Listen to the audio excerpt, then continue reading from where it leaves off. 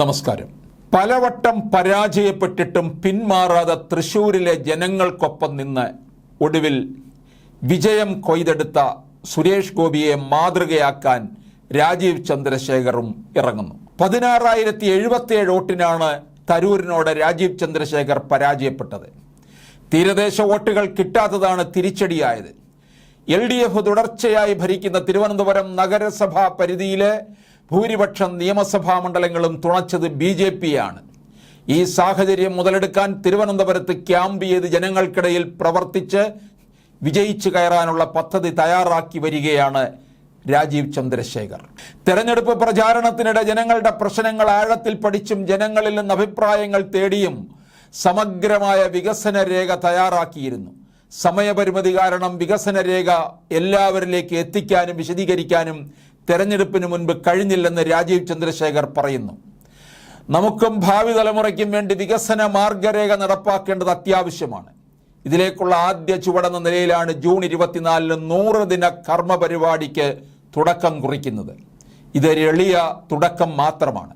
തിരുവനന്തപുരത്തെ പുരോഗതി അവിരാമം മുന്നോട്ട് കൊണ്ടുപോകാൻ ഒരു സാധാരണ BJP പ്രവർത്തകനായി താൻ ജനങ്ങൾക്കിടയിൽ ഉണ്ടാവുമെന്നും രാജീവ് ചന്ദ്രശേഖർ പറയുന്നു.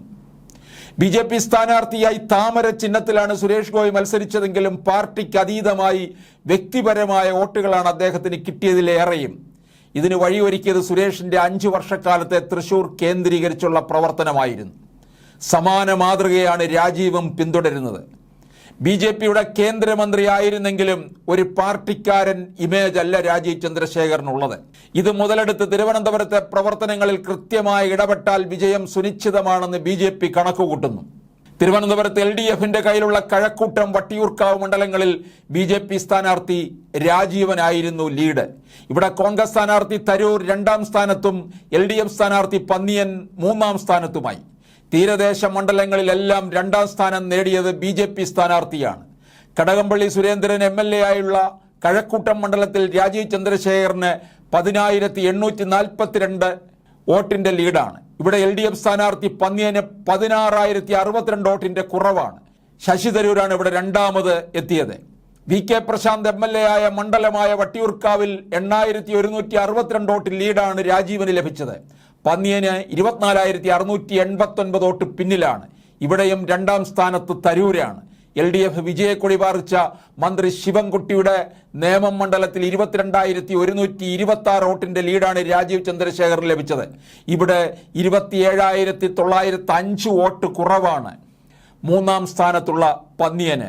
തരൂരിന് ലീഡ് ലഭിച്ച മണ്ഡലമായ തിരുവനന്തപുരത്ത് പന്നിയന് 21,220 വോട്ടിന്റെ കുറവ്. പാറശാലയിൽ 12,372, കോവളത്ത് 24,905, നെയ്യാറ്റിൻകരയിൽ 23,223 വോട്ടുകളുടെ കുറവാണ് ശശി തരൂർ ലീഡ് നേടിയ സ്ഥലത്ത് പന്നിയന്റെ കുറവ് വന്നത്. ഇവിടെയെല്ലാം രാജീവ് ചന്ദ്രശേഖറാണ് 2ാം സ്ഥാനത്ത് എത്തിയത്. ശക്തി കേന്ദ്രങ്ങളിൽ പോലും BJP-ക്ക് ലീഡ് ലഭിച്ചത് മുന്നണി യോഗങ്ങളിൽ വാദപ്രതിവാദങ്ങൾക്ക് വഴിവെക്കും. 2ഇടത്തും NDA സ്ഥാനാർത്ഥികൾ UDF LDF മുന്നണികളുടെ വോട്ട് ഭിന്നിപ്പിച്ച സ്വന്തം പെട്ടിയിലാക്കി. കഴക്കൂട്ടം, വട്ടിയൂർക്കാവ്, നേമം അസംബ്ലി മണ്ഡലങ്ങളിൽ BJP 1ാമതെത്തി. തിരുവനന്തപുരം, പാറശാല, കോവളം, നെയ്യാറ്റിൻകര മണ്ഡലങ്ങൾ UDF-നോടൊപ്പം നിന്നു. 7ഇടത്ത് LDF 3ാം സ്ഥാനത്തായി. വട്ടിയൂർക്കാവ്, കഴക്കൂട്ടം, നേമ അസംബ്ലി മണ്ഡലങ്ങളെ പ്രതിനിധീകരിക്കുന്നത് ഇടത് MLA-മാരാണ്. എന്നിട്ടും ഇവിടങ്ങളിൽ BJP 1ാമതെത്തിയത് LDF നേതൃത്വത്തെ അമ്പരപ്പിച്ചു. വട്ടിയൂർക്കാവ് മണ്ഡലത്തിലെ 12 വാർഡുകളിൽ LDF ജനപ്രതിനിധികളാണ്. ഇവിടെ NDA 8,160 വോട്ടുകളുടെ ഭൂരിപക്ഷം നേടി. 15 ഇടത് ജനപ്രതിനിധികളുള്ള കഴക്കൂട്ടം മണ്ഡലത്തിൽ 10,842 വോട്ടുകൾക്ക് BJP മുന്നിലെത്തി.